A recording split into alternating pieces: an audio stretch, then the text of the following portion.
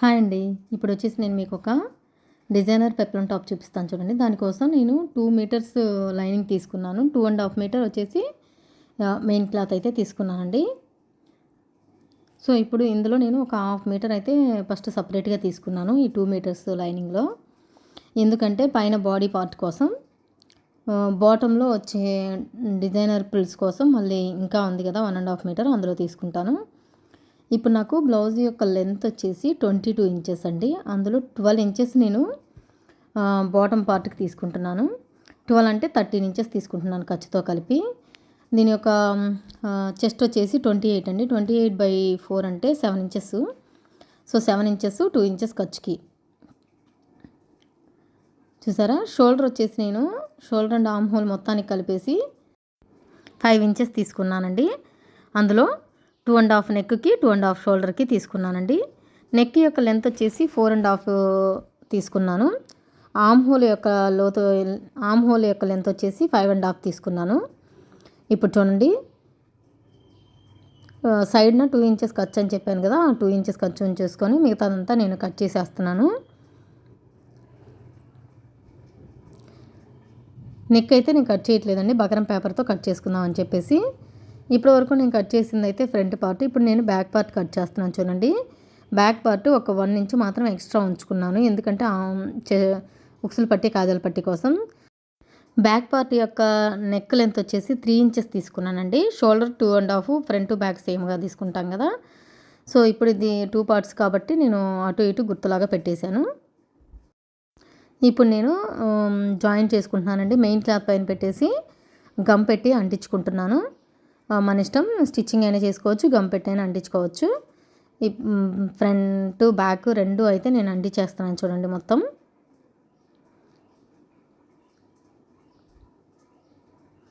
ఇప్పుడైతే ఇది 2 కంప్లీట్ అయిపోయిందండి. ఇప్పుడు నెక్ కోసం నేను బకరం పేపర్ తీసుకుంటున్నానని చెప్పాను కదా! సేమ్ నెక్ అయితే అంతే అండి. అక్కడ చెప్పినట్టు 2 ½ విడ్త్, 4 ½ లెంత్ తీసుకున్నాను. ఇది ఫ్రంట్ నెక్. సో, ఇందాక నేను లైనింగ్లో కొంచెం పార్ట్ మిగిలించుకున్నాను కదా జాగ్రత్తగా, ఇది దానికి నేను ఇలా బకరం పేపర్ పెట్టేసి స్టిక్ చేసుకుంటున్నాను. ఇప్పుడు వచ్చేసి బ్యాక్ పార్ట్ అయితే మామూలుగా అయితే 2 ½ ఇంచే ఉంటుంది కదా! కానీ ఇక్కడ నేను 3 ఇంచెస్ తీసుకుంటున్నానండి. లెంత్ మాత్రమే 3 ఇంచెస్ కదా మామూలుగా ఇందాక. ఇప్పుడు షోల్డర్ దగ్గర విడ్త్ కూడా 3 ఇంచెస్ తీసుకున్నాను. ఎందుకంటే అక్కడ ఆల్రెడీ ఉంది కదా కొంచెం ఉక్సులు పట్టి కాజాల పట్టి కోసం ఖర్చు. సో, దానికి కూడా పనికొచ్చేసిద్దని చెప్పేసి నెక్ అయితే ఎక్స్ట్రా తీసుకున్నాను. మనం స్టిక్ చేసుకునేటప్పుడు మాత్రం షోల్డర్ దగ్గర ఫ్రంట్ వైపు షోల్డర్ని మెజర్మెంట్ తీసుకొని అక్కడి నుంచి పెట్టుకొని స్టిక్ చేసుకోవాలి. ఇప్పుడైతే నేను బాటమ్ పార్ట్‌కి ప్రిల్స్ లాగా పెట్టాలనుకుంటున్నాను కదా! బాటమ్ పార్ట్‌కి పెట్టే దాని డిజైన్ కోసం నేను చూపిస్తున్నాను. మామూలుగా అయితే ఖర్చు 2 ఇంచెస్ తీసుకుంటాను. ఇక్కడ బాటమ్ దగ్గరికి వచ్చేసరికి 1 ఇంచ్ మాత్రమే ఖర్చు తీసుకుంటానండి. మొత్తం వచ్చేసి 34 వచ్చింది. అంటే 17 ఇంచెస్. ఆ 17లో బై హాఫ్ అంటే 8 ½ ఇంచ్ వచ్చిందండి. సో, 8 ½ హాఫ్ సర్కిల్ యొక్క లెంత్ వచ్చేసి 9 ఇంచెస్ అండి. ఎందుకంటే తెలుసు కదా, పైన 22 ఇంచెస్ లో మొత్తం టోటల్ 22 ఇంచెస్, అందులో 12 ఇంచెస్ పైన తీసుకున్నాం, కింద వచ్చేసి 8 ఇంచెస్ తీసుకోవాలి. కానీ ఖర్చుతో కలిపి నేను 9 ఇంచెస్ తీసుకున్నానండి. సో, ఈ బాటమ్ సర్కిల్ వచ్చేసి ఇంకా కొంచెం సర్కిల్గా కాకుండా ఇంకా కొంచెం తగ్గించుకోవాలంటే తగ్గించుకోవచ్చు. నేను ప్రీవియస్ వీడియోలో వేరే పెప్లమ్ టాప్ కుట్టాను. అంత తక్కువైనా పెట్టుకోవచ్చు, ఇంత ఎక్కువ సర్కిల్ అయినా పెట్టుకోవచ్చు. ఇప్పుడు నేను ఏ మోడల్ అయితే కుడుతున్నానో దానికోసం అయితే ఈ ఇలా డ్రా చేసుకుంటున్నానండి. ఇది ఎక్కడ రావాలి అని చెప్పేసి నేను ఇలా డ్రా చేసుకుంటున్నాను. ఇటు సైడే ఎందుకు రావాలి ఏంటి అనేది చూడండి ఒకసారి. నేను ఇటు సైడ్ పెట్టుకుందాం అనుకుంటున్నాను. దానికి ఒక సైడ్ అయితే అలా డ్రా చేసుకున్నాను. కానీ దీన్ని మెయిన్ క్లాత్కి పెట్టేటప్పుడు కొంచెం కన్ఫ్యూజ్ అయిపోతామండి. ఆ కన్ఫ్యూజ్ అవ్వకుండా ముందే మెయిన్ క్లాత్ పెట్టుకొని సెట్ చేసుకోవాలి. ఇప్పుడు చూడండి, దీనిపైన ఇంకో లేయర్ కూడా నేను స్టిక్ చేద్దాం అనుకున్నాను. ఆ లేయర్ వచ్చేసి కొంతవరకు మాత్రమే, ఫ్రంట్ వైపు కనిపించేంత వరకు మాత్రమే. సో, ఫ్రంట్ వైపు మాత్రమే ఇంకో లేయర్ పెట్టుకున్నాను చూడండి, ఇదిగో పెట్టుకున్నాను. దీన్ని వచ్చేసి కొంచెం కనిపించేలాగా పెడదాం అనుకున్నాను. అంటే ఇంకా ఒక ఇంచు తగ్గించి పెట్టాలనుకున్నాను. సో, ఆ ఇంచుని నేను ఇప్పుడు దీనిపైన పెట్టి కట్ చేసుకుంటున్నాను మెజర్మెంట్ లాగా, లేకపోతే రాదు కదా! సో, ఇప్పుడు ఇక్కడ వచ్చేసి మిడిల్లో కూడా నేను 2 థ్రెడ్స్ లాగా ఏమంటాం మనం మామూలుగా పిల్లలకి బ్యాక్ సైడ్ థ్రెడ్స్ ఎలా పెడతామో అలాగా పెట్టినట్టు పెడదాం అనుకున్నాను. రబ్బర్ బ్యాండ్కి రిబ్బన్స్కి వాటికి పెట్టుకుంటారు కదా, సో ఆ స్టైల్లో పెడదాం అనుకున్నాను. నేను స్టార్టింగ్లో పిక్లో కనిపించింది కదా థంబ్‌నెయిల్‌లో, సేమ్ అలాగే ఇది ఎలా అయితే డ్రా చేసుకున్నానో ఎంత కావాలో మనకు అంతే వచ్చేసిందండి. ఇది ఎంత వచ్చిందంటే మనం మామూలుగా అయితే 9 ఇంచెస్ కదా, ఒక 10 ఇంచెస్ 11 ఇంచెస్ అలా తీసుకున్నాను, అది మన ఇష్టం.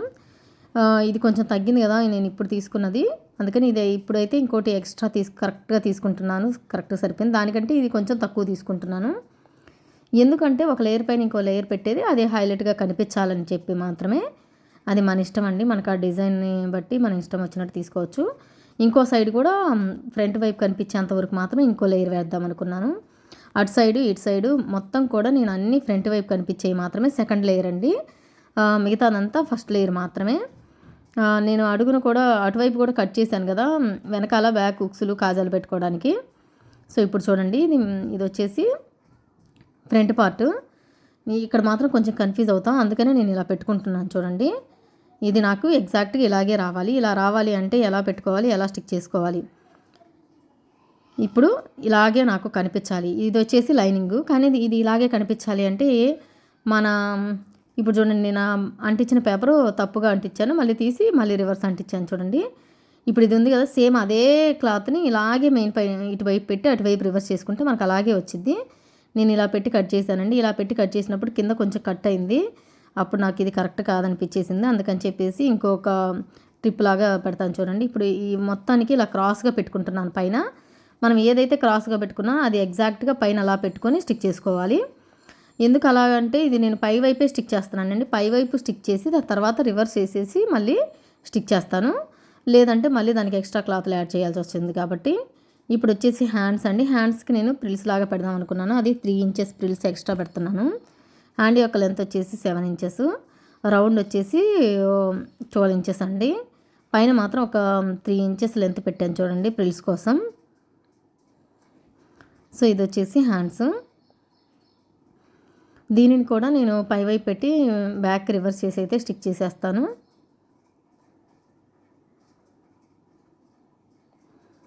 చూడండి, ఈ క్లాత్ కూడా నేను ఆన్లైన్లోనే తీసుకున్నానండి. చాలా అంటే చాలా బాగా వచ్చింది. ఇప్పుడు చూడండి, ఈ నెక్కులు ఉన్నాయి కదా, ఈ నెక్కులకి చుట్టూ ఒక స్టిచ్ అయితే వేసుకోవాలి.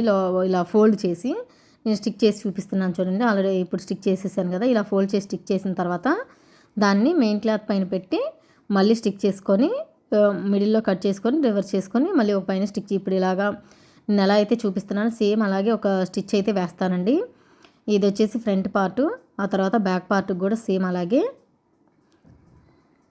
బ్యాక్ వచ్చేసి ఎక్స్ట్రా తీసుకున్నాను కదా, మనకు ఆల్రెడీ ఉక్సులు పట్టి కాజల్ పట్టి కోసం కూడా క్లాత్ ఎక్స్ట్రా ఉంది కాబట్టి సరిపోయింది.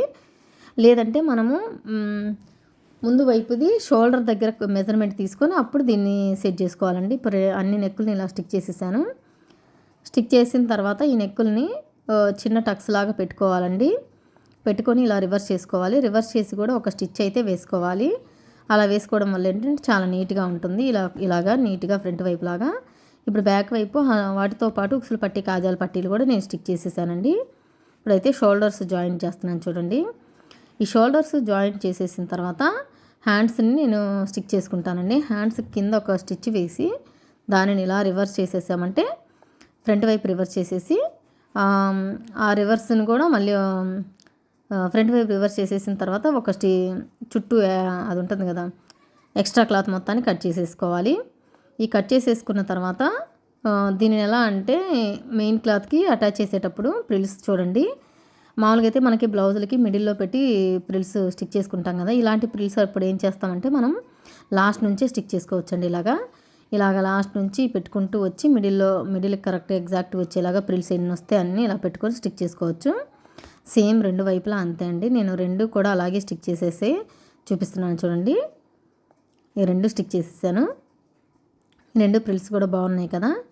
ఇప్పుడైతే నేను కింద చూపించాను కదా మీకు 2 ఇంచెస్ ఖర్చుకు కాకుండా 1 ఇంచ్ ఖర్చుకే కుడతానని 1 ఇంచ్ ఖర్చుకే ఇలా కుట్టేశానండి. కుట్టేసిన తర్వాత ఇలా రివర్స్ చేశాను చూడండి. ఇలా రివర్స్ చేసిన తర్వాత మనకి ఇంకా నేను ఎక్స్ట్రా లేయర్స్ అన్నీ తీసుకున్నాను కదా, ఆ లేయర్స్ అన్నిని కూడా చుట్టూ ఒక స్టిచ్ అయితే వేస్తానండి. మొత్తం ఎన్ని లేయర్స్ అయితే ఉన్నాయో అన్ని లేయర్స్కి చుట్టూ ఒక స్టిచ్ అయితే వేసి వన్ సైడ్ మాత్రమే ఓపెన్ ఉంచుతాను. ఆ వన్ సైడ్ ఓపెన్ ఉంచినప్పుడు ఈ చుట్టూ క్లాత్ ఎక్స్ట్రా క్లాత్ మొత్తం కట్ చేసేసి ఆ తర్వాత వాటికి చిన్న టక్స్ ఎక్కడైనా అవసరమైన చోట టక్స్ పెట్టేసి వాటిని రివర్స్ చేస్తాను చూడండి. ఇలా మొత్తాన్ని ఇలాగే రివర్స్ చేసుకోవాలి. చూడండి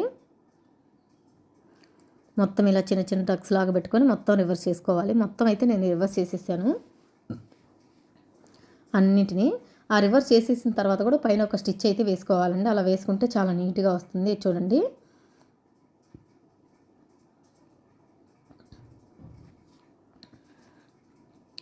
ఇప్పుడు వీటిని ఎలా పెట్టాలి అని చెప్పేసి నేను చూసుకుంటున్నానండి. ఎలా అరేంజ్ చేసుకోవాలి, ఎలా పెట్టుకోవాలి అని చెప్పేసి చూసుకుంటున్నాను చూడండి. సో అలా అయితే పెట్టాలండి. ఇప్పుడు నేను మీకు చూపించినట్టు పెట్టాలి. అలా పెట్టేసిన తర్వాత దానిని మెయిన్ క్లాత్కి స్టిక్ చేయాలి. బాటమ్ పార్ట్కి, అదే టాప్ పార్ట్కి. ఫస్ట్ అయితే ఈ కింద ఈ ప్రిల్స్ మొత్తాన్ని అటాచ్ చేసేస్తున్నానండి. మళ్ళీ మనం విడివిడిగా అంటించాలంటే కష్టంగా ఉంటుంది. మొత్తం ఒకేసారి అంటించేస్తున్నాను, స్టిక్ చేసేస్తున్నాను. అవి స్టిక్ చేసేసిన తర్వాత టాప్ పార్ట్కి జాయిన్ చేసేస్తాను చూడండి. ఇప్పుడైతే జాయిన్ చేస్తున్నాను చూడండి. ఇది ఇది ఇది పైకి ఉంది, లోపల నుంచి ఇలా అటాచ్ చేసుకోవాలి. చూడండి ఒకసారి ఎలా అటాచ్ చేసుకోవాలనేది. అటాచ్ చేసేసాను చూడండి. మొత్తం అటాచ్ చేసేసిన తర్వాత చూడండి ఒకసారి అన్ని పీసెస్ని ఇలా అటాచ్ చేసేసాను.